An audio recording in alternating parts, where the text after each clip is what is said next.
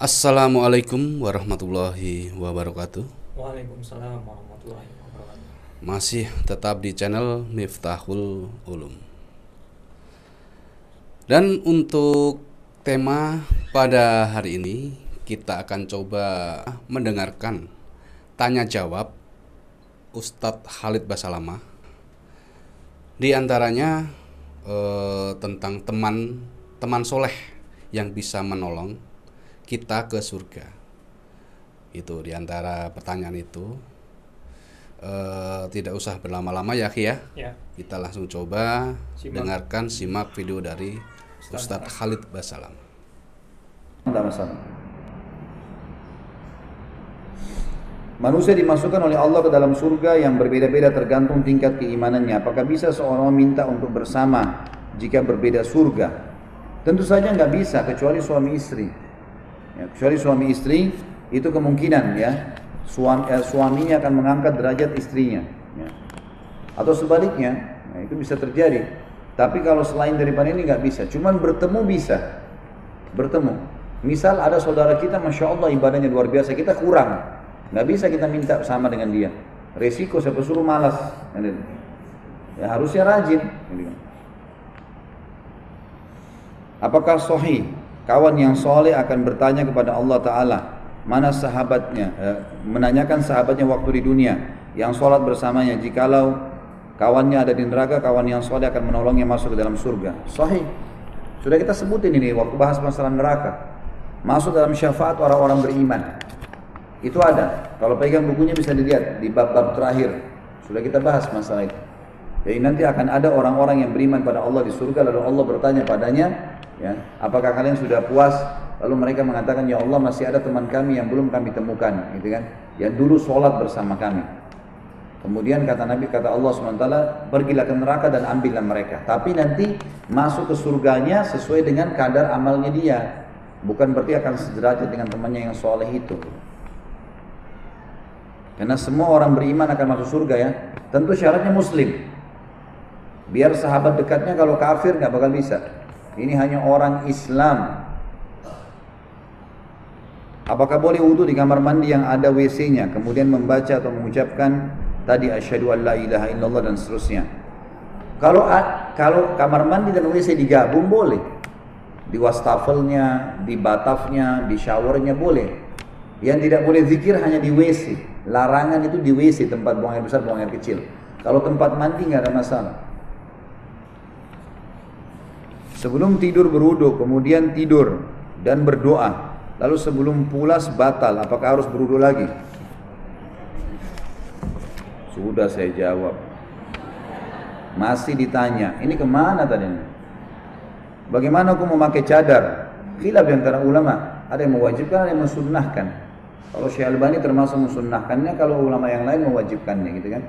Tapi intinya kalau kita ambil tengah-tengah, afdalnya wanita menggunakan cadar. Pahalanya lebih besar. Pahalanya lebih besar, lebih sempurnakan tutup auratnya. Karena Allah SWT.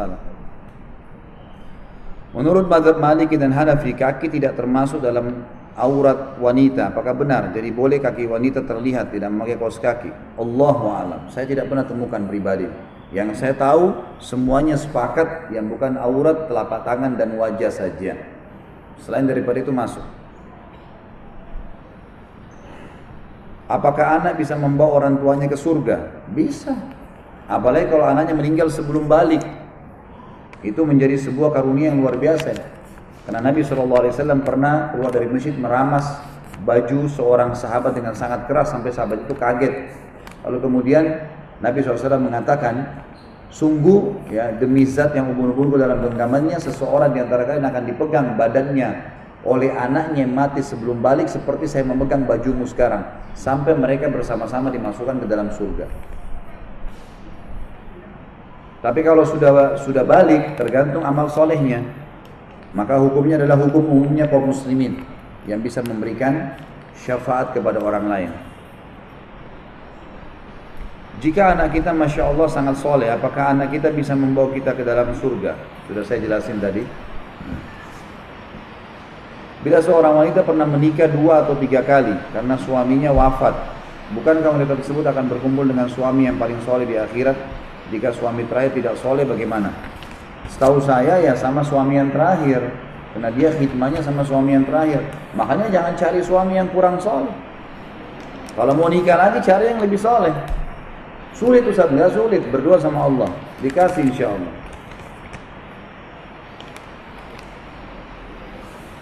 Kalau sebelum tidur berwudu, di tempat tidur bersentuhan dengan suami bagaimana? Meskipun bersentuhan tidak sengaja, nggak batal tentunya ya, nggak masalah. Karena memang jumhur ulama mengatakan tidak batal wudu kalau tidak dengan syahwat, gitu kan? Tidak dengan syahwat.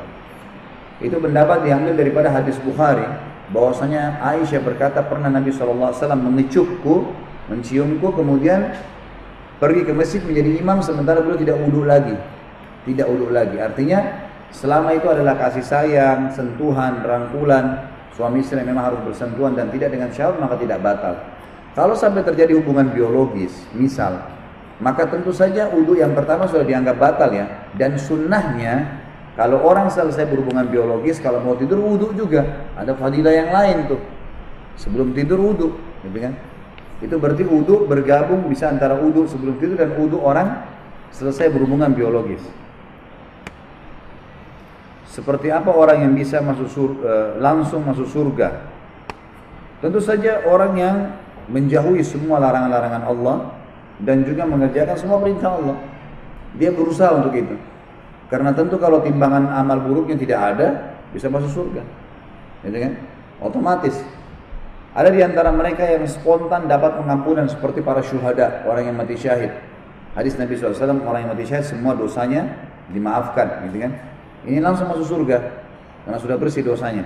Orang yang banyak cobaan di dunia, kembali kepada hadis Bukhari juga, seorang mukmin diuji di dirinya, di keluarganya, di hartanya, terus cobaan itu cobaan lagi, tapi dia sabar laluin, dia nikmatin sampai dia bertemu dengan Allah, dia dan keluarganya tidak tertinggal lagi satu dosanya, masuk surga tanpa hisab.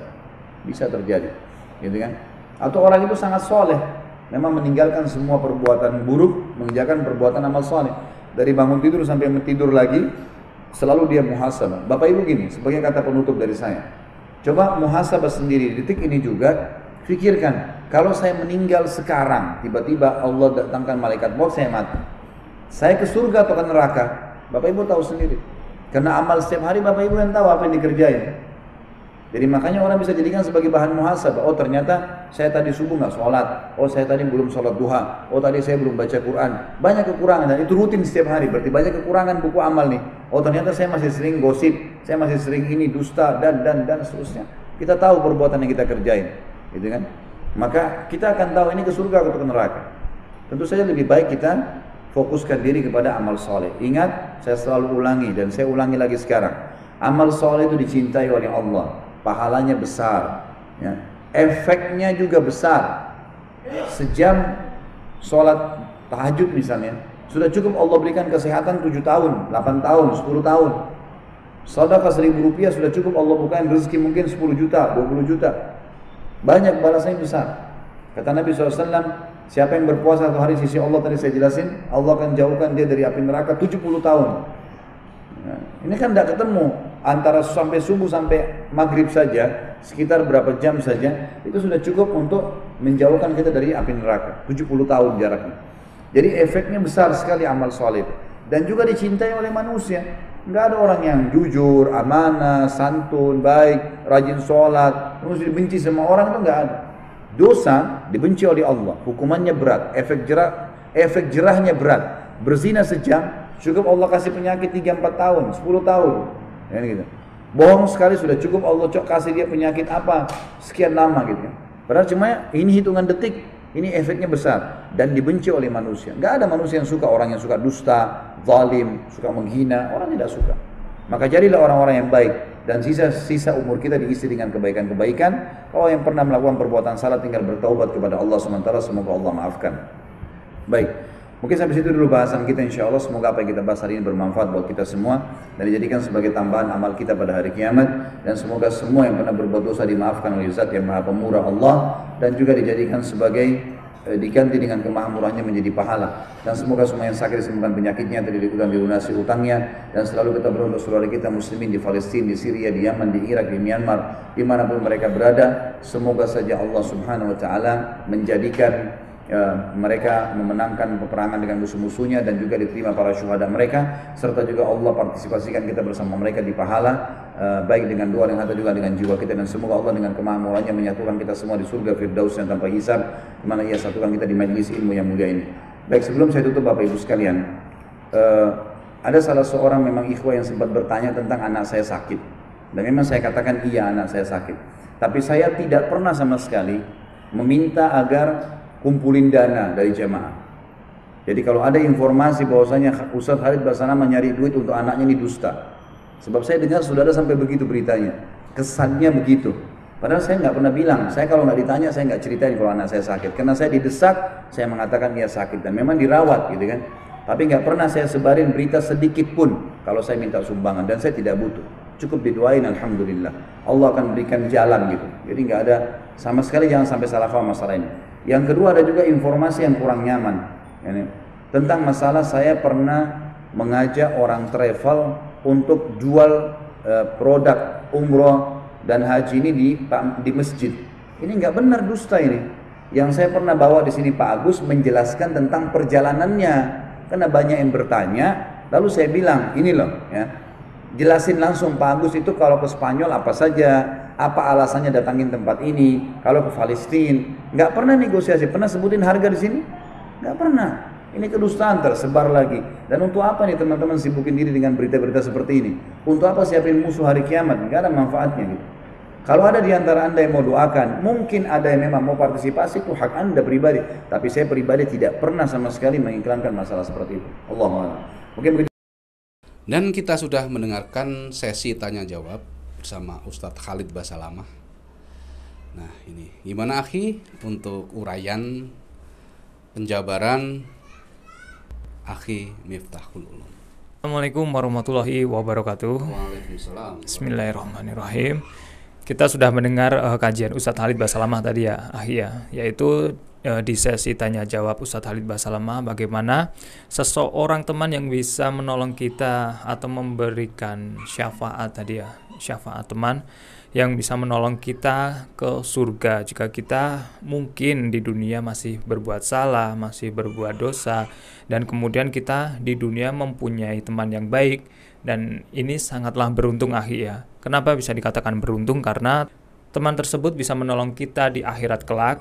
Nah ini akhi, ini juga salah satu peringatan buat kita semua juga, buat teman-teman di channel Miftahul Ulum juga, bagaimana ketika kita di dunia memilih teman yang baik, memilih teman yang soleh, solehah, agar kelak di yaumul qiyamah ataupun di akhirat bisa menolong kita ke surga. Ini salah satu iktibar ataupun hikmah ketika kita hidup di dunia, mempunyai teman-teman yang baik, teman-teman yang soleh, mempunyai teman-teman yang berpegang teguh kepada sunnah agama Islam. Nah begitu akhi yang bisa saya simpulkan, yang bisa saya sedikit jelaskan atau uraian. Baik akhi, terima kasih. Dan untuk di channel Miftahul Ulum ini semua semoga bisa menjadi pembelajaran kita semua. Amin. Untuk kedepannya bisa lebih bermanfaat, bisa lebih baik lagi. Dan akhir ukalam, wabillahi taufik wal hidayah. Wassalamualaikum warahmatullahi wabarakatuh.